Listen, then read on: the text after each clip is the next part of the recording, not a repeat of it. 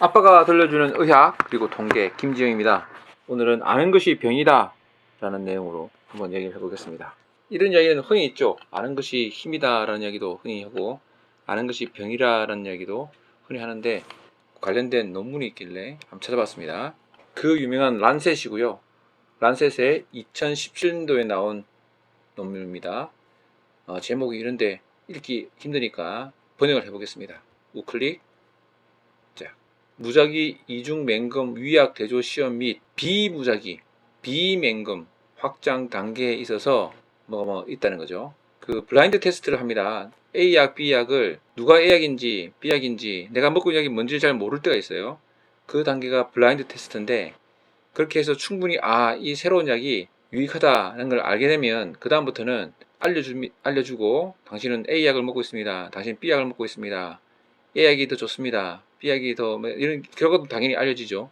그런 상태에서 계속 스타트를 하는 거예요. 어떤 사람들은 약을 중단하는 사람도 있겠죠. 처음에 한 연구는 2년 동안 하기로 했는데 2년 뒤에도 뭐 3년, 4년, 5년, 7년, 뭐 10년 이렇게까지 계속 이어서 하는 연구가 단계가 있어요.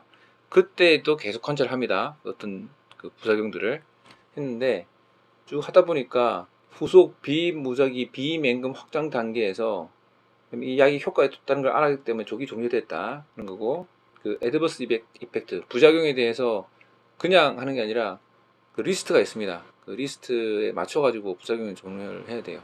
이게 소화기계, 뭐 근골격계, 뭐 이런 식으로 이렇게 그 계통이 있고 그에 따른 세부 부작용이 있고 그 부작용의 리스트를 맞춰가지고 적는 거죠. 제대로 된 연구일수록 부작용이 사실은 꽤 있습니다. 특별한 부작용이 관찰되지 않았다 이런 논문들은 부작용을 제대로 관찰하지 않았다 이럴 가능성이 많아요. 맹물만 먹어도 부작용이 생기거든요, 사람들 사이에는.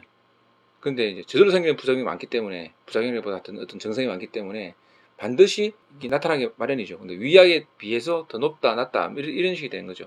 뭐 근육 관련 뭐 등등등등의 부작용이 있었고, 결과를 보면 좀 이 말이 어려워요. 이게 의사들도 자세히 보지 않으면 좀 어렵거든요. 이 표로 딱 그림으로 딱 나타내면 되게 쉬운데 약 6,000명과 3,000명 정도 되는 그 많은 전체적으로 한 10,000명 되는 사람 중에서 한 2.3년, 2.4년 정도 팔로우를 했는데 발기부전, 근육 관련 유사한 비율을 보였습니다.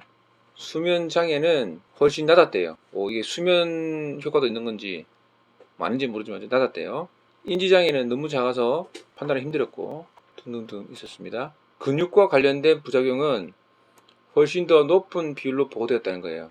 근육과 관련된 그 외에는 차이가 없음을 확인했는데, 자, 그럼 이게 뭐냐 이런 걸 해석해 볼 때 노시보 효과라는 게 있어요. 플라시보 효과는 약도 아닌데 약이라고 생각하고 먹어가지고 효과를 보는 거라면 이건 그 반대겠죠. 어떤 약을 먹고 있다는 걸 알고 있을 때 오히려 부작용이 과도하게 발생되는 그런 효과가 있다는 거예요. 그래서 이것은 인과관계가 없고 공중보건의 부작용에 대해서 인터넷을 보거나 유튜브 보거나 뭐 이러다 보니까 잘못된 생각하는 거죠. 내가 그냥 나이 들어서 그냥 힘이 좀 빠진 거고 운동 안 해서 힘 빠진 건데 그거를 약 먹어서 그런 거다라고 생각한다는 거죠.